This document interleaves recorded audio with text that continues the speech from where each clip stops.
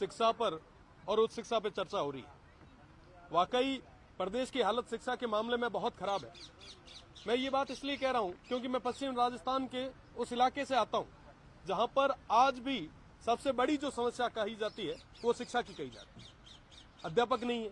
मैं खुद एक शिक्षक परिवार से आता हूं, मेरे पिताजी अध्यापक हैं।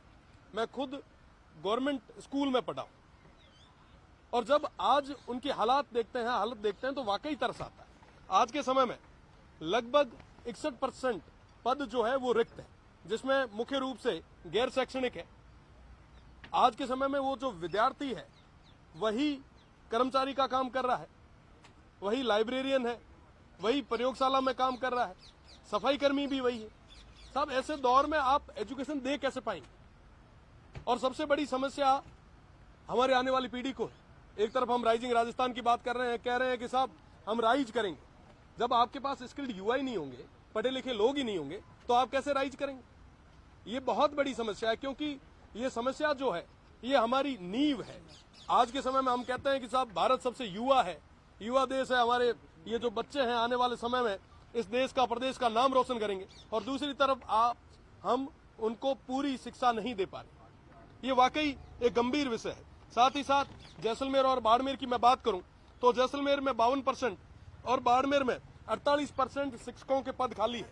इसी दौर में मैं विधानसभा क्षेत्र सिव से आता हूं जहां पर शिक्षकों की बहुत बड़ी कमी है। नोडियाड़ा, मुनाबाव, ये तमाम जो उच्च शिक्षा की और 12वीं स्कूल से ऐसी है जहां पे एक एक अध्यापक लगा है।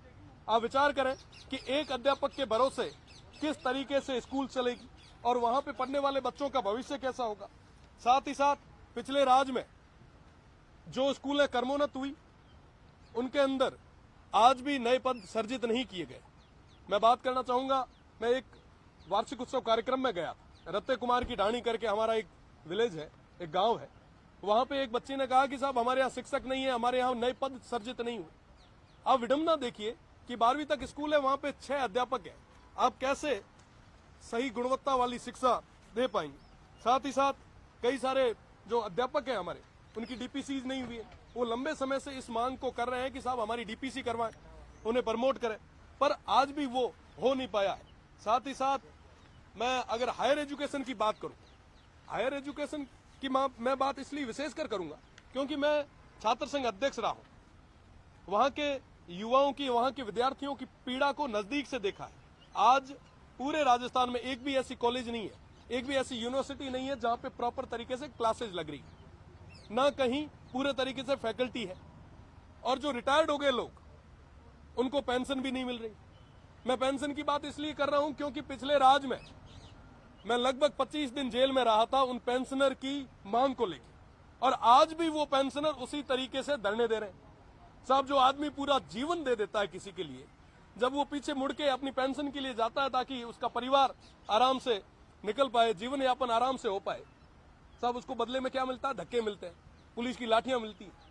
दीक्षांत समारोह में एक बार हम विरोध दर्ज करवाने गए, पिछले राज ने हमें कई दिन तक जेल में रखा, और उसके बाद जब आज वापिस यहां तक आए, आज सुबह जब मेरी चर्चा चल रही थी तो उन्होंने कहा कि साहब आज भी हमें पेंशन नहीं मिल रही। ये सिर्फ एक जोधपुर विश्वविद्यालय की या पश्चिमी राजस्थान की बात नहीं है, लगभग पूरे राजस्थान भर के यूनिवर्सिटीज और कॉलेजेस की यही हाल। दूसरी तरफ हमारे जो भी युवा साथी हैं वो आज भी परेशान है। छात्र संघ चुनाव नहीं हो रहे। तमाम लोगों ने, तमाम हमारे नेताओं ने, तमाम माननीय सदस्यों ने ये बात रखी कि आप छात्र संघ चुनाव कराएं, नए युवाओं को राजनीति में आने के लिए एक रास्ता खोलें। आज भी हमारे शाहपुरा से आने वाले सदस्य ने ये मजबूती से मुद्दा रखा, बात रखी। तो निश्चित रूप से छात्र संघ चुनाव करवाए जाने चाहिए। आप जब तक पूरे तरीके से शिक्षक नहीं लगाएंगे, नई भर्ती करके उनको उस पश्चिमी राजस्थान में नहीं भेजेंगे, तब तक मुझे नहीं लगता कि ये शिक्षा का जो एक स्ट्रक्चर है ये खड़ा हो पाएगा। अगर वाकई आप चाहते हैं कि हमारे आने वाली पीढ़ी मजबूत हो तो निश्चित रूप से आपको नए संसाधन भी देने होंगे, शिक्षक भी देने होंगे, और साथ ही साथ इस व्यवस्था के लिए आपको मजबूती से काम भी करना है। धन्यवाद।